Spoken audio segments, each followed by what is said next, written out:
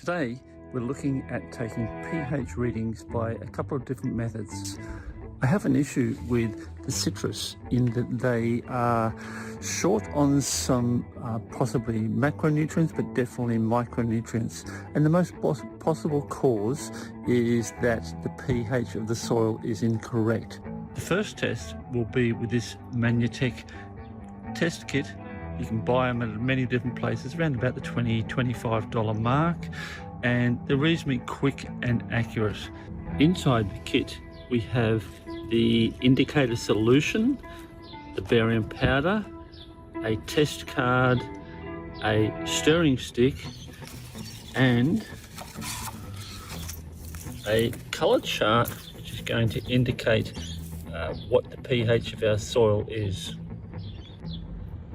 The other test will be with an electronic pH meter, where we'll make a solution of the soil and water mixed together, and that will give us a digital readout.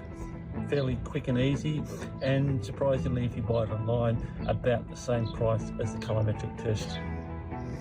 Using a whiteboard marker, I've divided the card into 6 different spaces. We have 5 citrus, and I'll do 1 control that will compare it. Using the indicator dye solution, we are going to place 1 drop in the corner of the area. Using the barium solution, we're going to puff a little bit of powder over the top of the solution so that we have enough powder on the top that it just sits on the top there and develops some colour.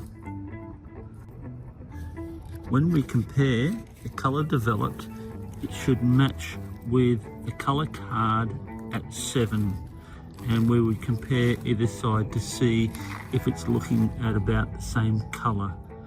If it's not coming up as a 7, you probably need to buy a new kit and replace the indicator solution.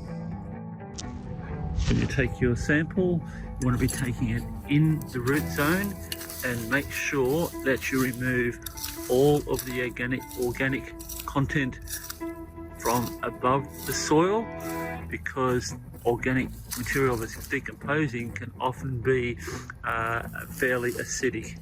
So I'm taking my sample down at about 40 to 50 ml down. You see I've taken a little bit out, and we're going to put that on our card. Now that is way too much soil, so what I'm going to do is I'm going to use this card. I'm going to be using the other card supplied to cut that down to a very, very small amount, and that looks about right. Once I have the small amount of soil, I am going to put a few drops onto my soil sample and mix that in, and we need to mix it to a paste that is a little bit like thickened cream. We don't want it too wet, we don't want it too dry, and once that has soaked in, like it literally works straight away, we're going to puff the barium over the top of that solution, and you'll see the colour comes up immediately.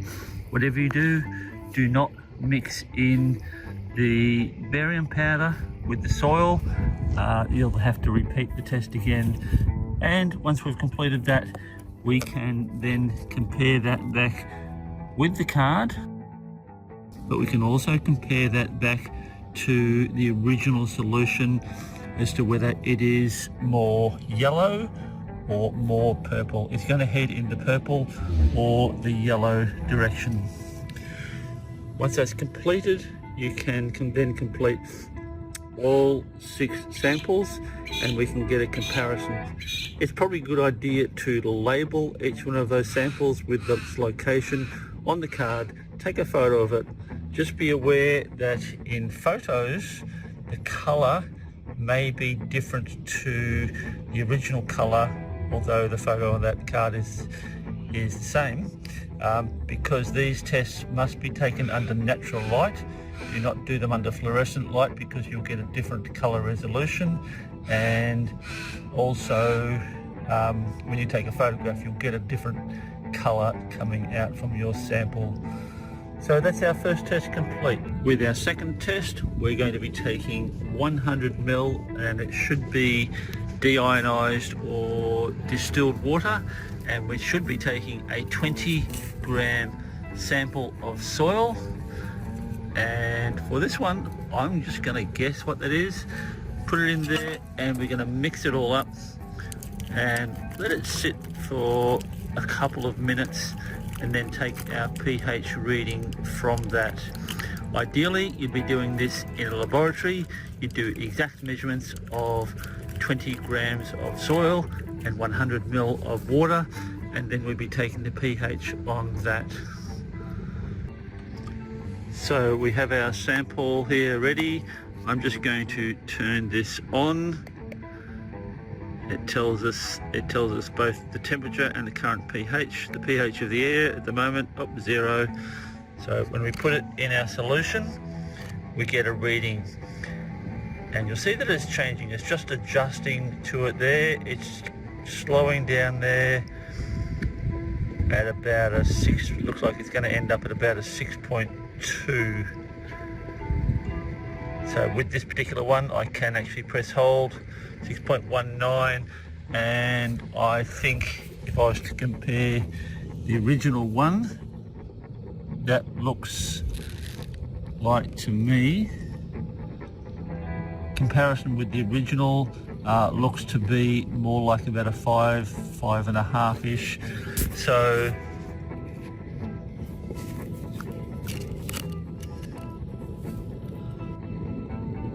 a comparison with the electronic test, this looks like it's coming in at about a possibly might go down to a 6.12 at the moment.